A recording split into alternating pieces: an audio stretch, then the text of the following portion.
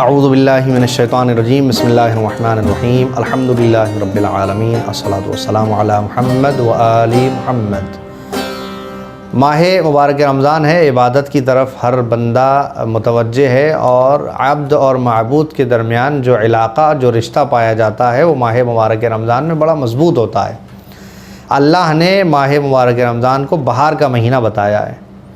آئیے ہم عہد کریں اس ماہ مبارک رمضان میں اپنے خالق کی بارگاہ میں کہ عبادتوں میں جو ہمارے ہاں لغزشیں ہیں، جو کمزوریاں ہیں، جو ویکنس ہیں نماز کی پابندی کو لے کر یا کسی بھی عبادت کو لے کر، پروردگار اس مہینے کی برکت سے انہیں دور فرما، ہمیں زیادہ سے زیادہ توفیق حاصل ہو۔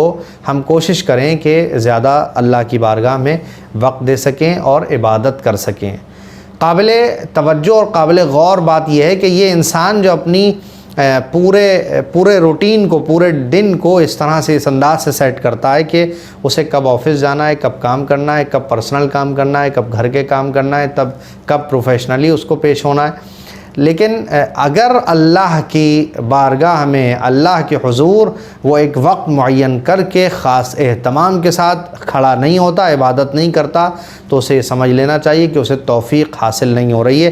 آج ماہ مبارک رمضان میں عہد کریں، ارادہ کریں، مصمم ارادہ کریں، پکا ارادہ کریں کہ ہم کبھی بھی نماز میں کوتاہی نہیں کریں گے۔ نماز پڑھنے کے حوالے سے کچھ چیزیں میں آپ کی خدمت میں پیش کروں گا۔ چونکہ نماز ایک ایسا عمل ہے کہ نماز پڑھنے والا انسان جب نماز کو مسلسل انجام دیتا ہے تو اس کی برکتیں اسے نظر آنے لگتی ہے، وہ دیکھتا ہے۔ یہاں حضور کی حدیث بھی آپ نے ارشاد فرمایا، من ترک الصلاۃ ثلاثۃ ایام متعمدا فلا یغسل ولا یکفن ولا یدفن فی قبور المسلمین۔ اس طرح کی بہت سی تشویقی ایسی حدیثیں ہیں کہ جو ہمیں بتاتی ہیں کہ ہم کسی بھی حالت میں اپنی نماز کو نہیں چھوڑ سکتے۔ نماز اگر 3 دن سے زیادہ کسی نے بغیر عذر کے جان بوجھ کر چھوڑ دی تو پھر اسے نہ غسل دیا جائے، نہ کفن دیا جائے، نہ مسلمانوں کے قبرستان میں دفن کیا جائے۔ آئیے میں آپ کو چند ایسی باتیں بتاتا ہوں نماز کے حوالے سے۔ دیکھیے، نماز کو دین کا چہرہ بتایا گیا ہے۔ ماہ مبارک رمضان ہو یا اس کے علاوہ کبھی بھی جیسے ہی اذان ہو اور آپ کو نماز کی دعوت دی جائے تو اگر آپ دوسروں کی طرح اذان سن کے ادھر ادھر نکل جائیں تو کیسے پتہ چلے گا کہ آپ اللہ کے بندے اور آپ مسلمان ہیں؟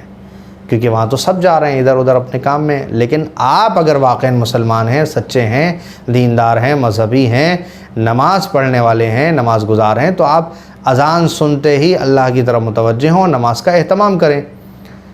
تو ہر چیز کا ایک چہرہ ہوتا ہے، نماز دین کا چہرہ ہے۔ یعنی اگر نماز کا وقت ہوتا ہے تو نمازی جب نماز پڑھنے کے لیے جا رہا ہوتا ہے تو پہچان ہوتی ہے کہ بھئی یہ دین والا ہے، یہ نماز والا انسان ہے، اذان ہوئی تو نماز کے لیے جا رہا ہے۔ اب دیکھیں، کچھ ایسے کام ہیں جو نماز قبول ہونے میں رکاوٹ بنتے ہیں، کچھ ایسے گناہ جو نماز قبول ہونے میں رکاوٹ بنتے ہیں، ان کے لیے ہمیں استغفار کرنے کی ضرورت ہے، جیسے حسد، تکبر، غیبت، حرام کھانا، شراب پینا، خمس و زکوٰۃ کا ادا نہ کرنا۔ یہ وہ سارے کام ہیں جو نماز کے قبول ہونے میں رکاوٹ بنتے ہیں، اور جس کے سلسلے میں حدیث یہ ہے کہ ان ردت ما سوا وان قبلت قبل ما سوا۔ کہتے ہیں کہ اگر یہ نماز قبول ہو جائے تو سب قبول ہے، یہ نماز رد ہو جائے تو سب رد کر دیا جائے گا۔ نماز ایک بہترین اور اتنا مضبوط عمل ہے کہ اس کا اللہ کی بارگاہ میں قبول ہونا بہت ضروری ہے۔ کہتے ہیں وہ کام، اگر کچھ ایسے کام ہیں کہ جو انجام دیے تو نماز کا ثواب کم ہو جائے گا، جیسے اونگنے کی حالت میں، نیند آ رہی ہے آپ کو، اونگ رہے ہیں آپ، لیکن آپ جو ہیں وہ نماز پڑھ رہے ہیں، آپ کو پیشاب لگا ہے لیکن آپ نماز پڑھ رہے ہیں، تو ایسی صورت میں نماز پیشاب روک کے پڑھیں تو نماز کا ثواب کم ہو جاتا ہے۔ کچھ ایسے بھی کام ہیں جو نماز کے ثواب کو بڑھا دیتے ہیں، جیسے عقیق پہننا، عقیق کی انگوٹھی پہن کے نماز پڑھیں گے تو ثواب بڑھ جائے گا۔ پاکیزہ صاف ستھرا لباس پہنیں، کنگھی کریں، مسواک کریں۔ کنگھی اور مسواک کے سلسلے میں مولا کی نصیحت، مولا کے لیے پیغمبر کی نصیحت ہے کہ بھئی یا علی، مسواک اور کنگھی کبھی نہ بھولنا۔